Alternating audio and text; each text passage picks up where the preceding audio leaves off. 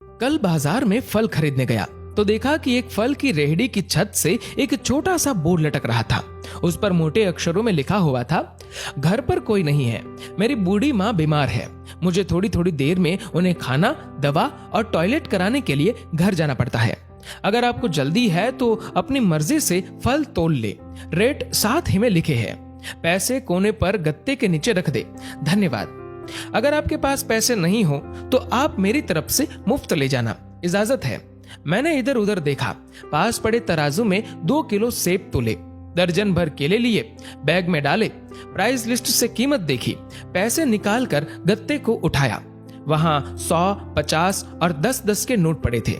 मैंने भी पैसे उसमें रखकर उसे ढक दिया, बैग उठाया और अपने फ्लैट पर लौट आया। रात को खाना खाने के बाद हर रोज की तरह मैं और मेरा भाई टहलने के लिए निकले। मेरी नजर उसी सुबह वाली रेहड़ी पर पड़ी। करीब से देखा तो एक कमजोर सा आदमी, दाढ़ी आधी काली आधी सफेद, मैले से कुर्ते पजामे में रेहड़ी को धक्का लगाकर बस जाने ही वाला था। वो हमें देखकर मुस्कुराया और बोला, साहब फल तो खत्म हो गए।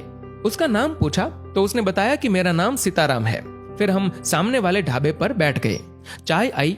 वो कहने लगा, पिछले 3 साल से मेरी माँ बिस्तर पर है, कुछ पागल सी भी हो गई है और अब तो लकवा भी मार गया है। मेरी कोई संतान नहीं है, बीवी मर गई है, सिर्फ मैं हूं और मेरी माँ। माँ की देखभाल करने वाला कोई नहीं है, इसलिए मुझे ही हर वक्त माँ का ख्याल रखना पड़ता है। एक दिन मैंने माँ के पाँव दबाते हुए बड़ी नरमी से कहा, माँ तेरी सेवा करने को तो बड़ा जी चाहता है, पर जेब खाली है और तू मुझे कमरे से बाहर निकलने नहीं देती। कहती है तू जाता है तो जी घबराने लगता है। तू ही बता मैं क्या करूं, न मेरे पास कोई जमा पूंजी है। ये सुनकर माँ ने हाँफते कांपते उठने की कोशिश की। मैंने तकिए की टेक लगवाई। उन्होंने जुर्रियों वाला चेहरा उठाया, अपने कमजोर हाथों को ऊपर उठाया, मन ही मन राम जी की स्तुति की, फिर बोली, तू रेहड़ी वहीं छोड़ाया कर, हमारी किस्मत में जो होगा हमें इसी कमरे में बैठकर मिलेगा। मैंने कहा, माँ क्या बात करती हो, मैं रेहड़ी वहां छोड़ाऊंगा तो कोई चोर उचक्का सब कुछ ले जाएगा। आजकल कौन किसका लिहाज करता है और बिना मालिक के कौन फल खरीदने आएगा। माँ कहने लगी, तू राम का नाम लेने के बाद रेहड़ी को फलों से भरकर छोड़कर आ जाया कर, ज्यादा बकबक मत कर, शाम को खाली रेहड़ी ले आया कर। अगर तेरा 1 भी रुपया गया तो मुझे बोलियो। 2.5 साल हो गए हैं भाई साहब, सुबह रेहड़ी लगा आता हूँ, शाम को ले जाता हूँ।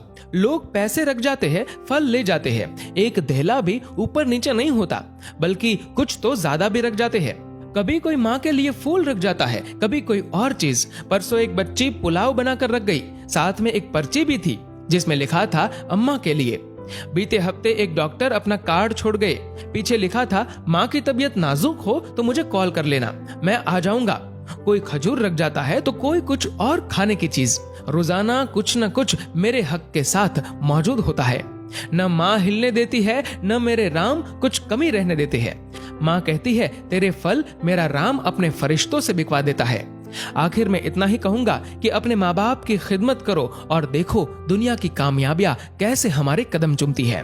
दोस्तों, इस वीडियो को लेकर आपकी क्या राय है, नीचे कमेंट करके जरूर बताएगा। और अगर आपको ये वीडियो अच्छा लगा हो तो इस वीडियो को लाइक करेगा, शेयर करेगा ज्यादा से ज्यादा लोगों तक। और ऐसे ही और भी इंस्पिरेशनल वीडियोस के लिए सब्सक्राइब करें हमारे यूट्यूब चैनल को और फेसबुक पर फॉलो करें हमारे पेज को। धन्यवाद।